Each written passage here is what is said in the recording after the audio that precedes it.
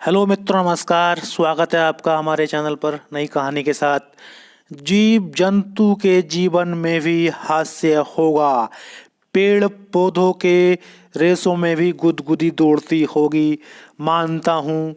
लेकिन ठहाके लगाकर छतों को हिला देना या खिलखिलाहट से सारे कमरे को फूलों की सुवास से भर देना, यह मनुष्य ही कर सकता है।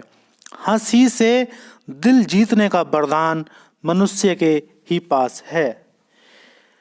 मानव वंश की विशेषताओं में हंसी की भी गिनती होती है। सभी प्राणियों में मनुष्य ही हंसता है, ऐसा लोगों का विश्वास रहा है। यद्यपि इस धारणा का खंडन जगदीश चंद्र बसु के प्रयोगों ने कर दिया है और अब माना जाने लगा है कि जीव जंतु क्या बात, पेड़ पौधे भी हंसते हैं। किंतु तो भी मनुष्य की हंसी उनकी अन्य कई विशेष खूबियों की तरह कुछ और ही है। उच्च अट्टहास से लेकर मधुर मुस्कान तक हास्य की एक ऐसी सरणी उसके जीवन से जुड़ी है कि जब जब उसकी कल्पना कीजिए, विषम विमुख हो जाना पड़ता है। जीव जंतु के जीवन में भी हास्य की धारा प्रभावित होती होगी, पेड़ पौधों के रेशों में भी गुदगुदी दौड़ती होगी, मानता हूँ।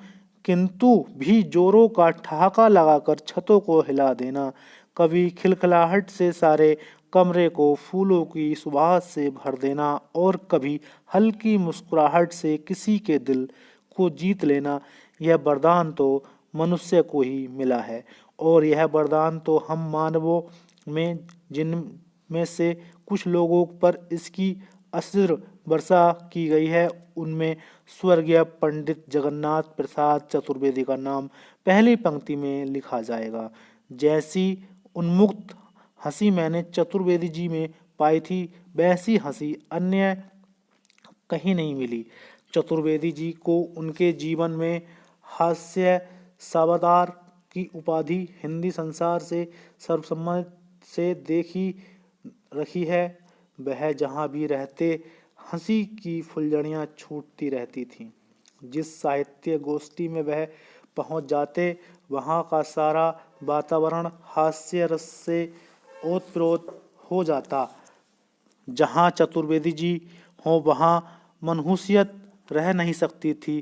प्रकृति ने उन्हें ऐसा रूप दिया था जिस पर हंसी वैसे ही खिलती थी जैसे कुमुद वन में शरद की शुभ्र चांदनी खिलती हो। गोरा चिट्ठा चेहरा, सजे समरे बाल, सिर पर कलंदीदार मुरेठा, पतली भौं के नीचे हंसती हुई आंखें, उन पर सुनहरे फ्रेम का चश्मा, काली मूछें, चमकीले दांत, छोटी टुड्डी।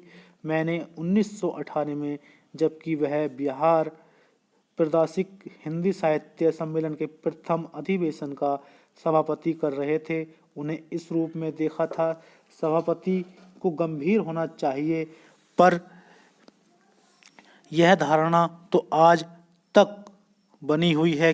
किंतु जब चतुर्वेदी जी अगणित मालाओं से लदे अपना सभापति का भाषण सुनने के लिए उठे और एक मंद मुस्कुराहट से सोनपुर मेले में ठठासा हंस भरे विशाल हाल में दर्शकों की ओर देखा, तो ऐसा लगा कि सबके हृदय को वह तार छू गया जो आनंद की लहर दौड़ देता है।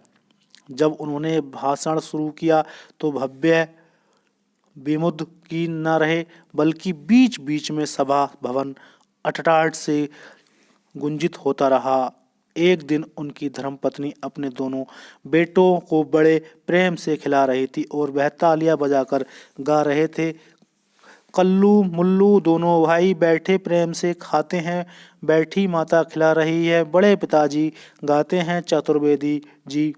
और लोगों को प्रफुल्लित करने के उनके अनेक किस्से हैं। कहने का मतलब यह है कि हमारे पूर्वजों की वह उन्मुक्त हंसी और जिंदा दिली हमारे जीवन में उतरे और हमारे अनुमति का अनुसरण करें।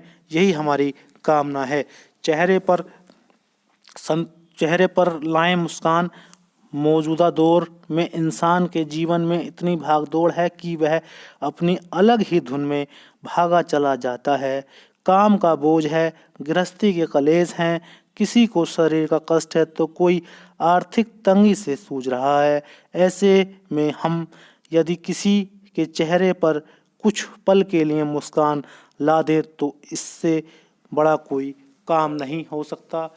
दोस्तों, यह थी राम वृक्ष बेनीपुरी की कुछ पंक्तियाँ।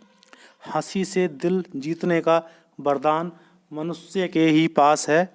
दोस्तों, अच्छा लगा होगा, शेयर करना ना भूलें।